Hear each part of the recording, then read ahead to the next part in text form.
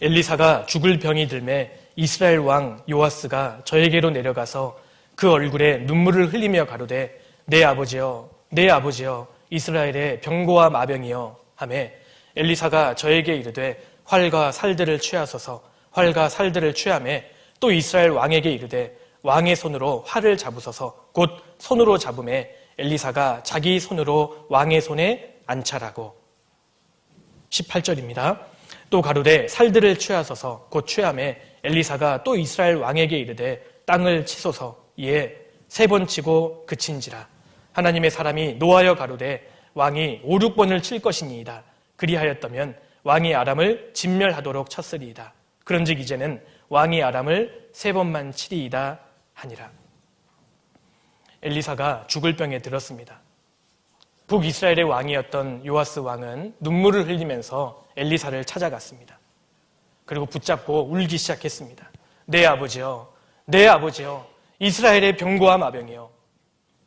이렇게 흐느끼는 것을 보아서 요아스는 엘리사를 진심으로 존경하고 많이 의존했던 것 같습니다.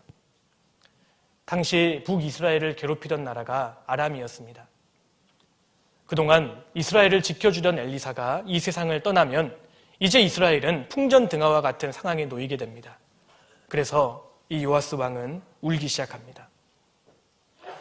그러자 엘리사가 왕에게 활을 취하소서, 구원의 화살이었습니다. 활을 취하고 땅을 치소서 그렇게 얘기했습니다.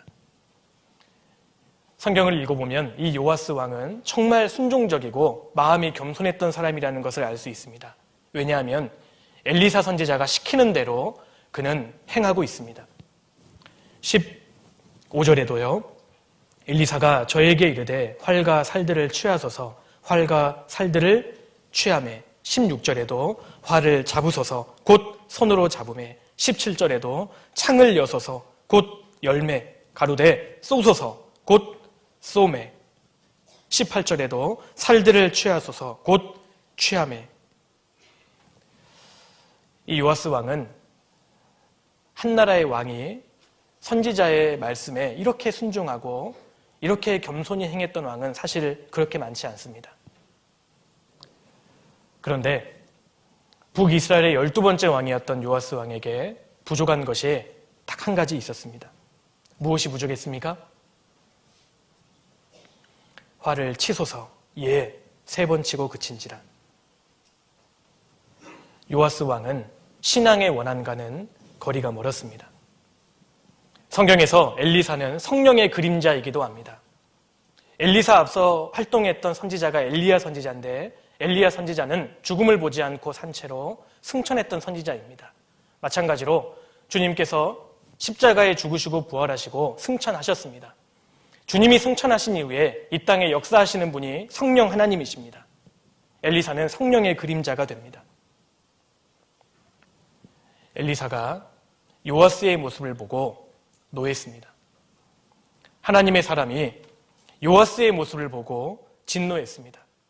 마찬가지로 성령 하나님께서 지금 내 모습을 보시고 한탄하시고 슬퍼하시고 노하실 수 있다는 것입니다.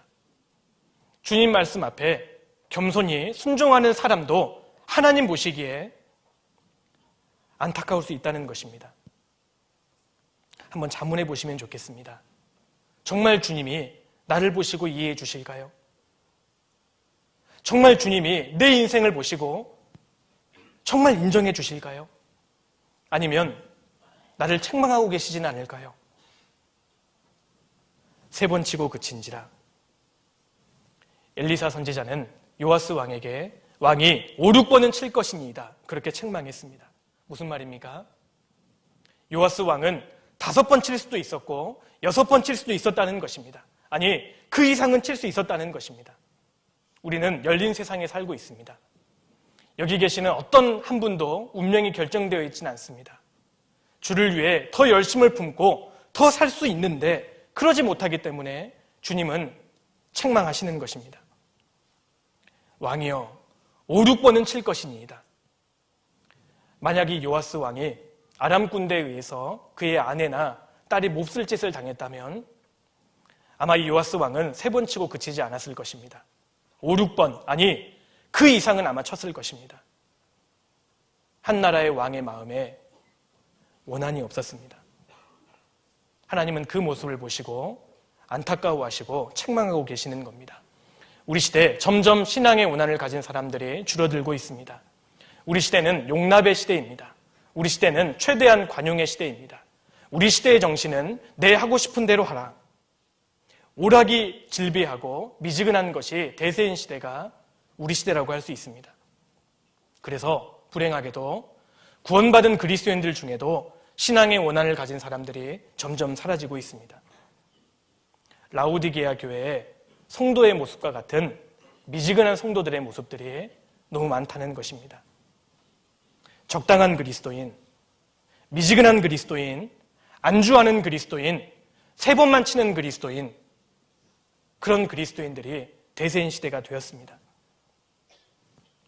마리아는 300데나리온 넘는 향유옥합을 주님의 발 앞에 가져와서 깨뜨렸습니다.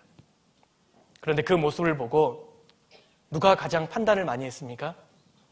가룟 유다입니다. 가룟 유다는 마리아를 이해할 수 없었습니다. 그 값진 금액 왜 이렇게 허비하느냐 책망했습니다. 그런데 마리아는 가룟 유다를 이해할 수 없었습니다. 나는 주님을 사랑하고 주님은 내 인생 전부를 드려도 아깝지 않은 분인데 이 300데나리온 이것도 주님께 드리기에는 너무나 작은 건데 왜 이것을 판단하지? 마리아는 유다가 이해되지 않았습니다. 유다는 마리아를 이해할 수 없었습니다. 마지막 시대에 마리아와 같은 그리스도인들보다는 유다의 마음을 갖고 있는 그리스도인들이 많다는 것입니다. 주님을 위해 드려지는 시간과 주님을 위해 바쳐지는 재물과 주님을 위해 바쳐지는 재능을 허비라고 생각하는 그러한 그리스도인들이 많아지고 있다는 것입니다. 충성하지만 죽도록 충성하지는 않습니다. 수고하지만 힘을 다하여 수고하지는 않습니다. 노력하지만 만왕의 왕 앞에서는 노력하지 않습니다. 기도하지만 무릎 꿇지는 않습니다. 전도하지만 눈물 흘리지는 않습니다. 헌금하지만 2랩돈까지는 하지 않습니다. 성도는 많지만 일꾼은 적습니다. 죄와 싸우지만 피 흘리기까지 싸우지는 않습니다.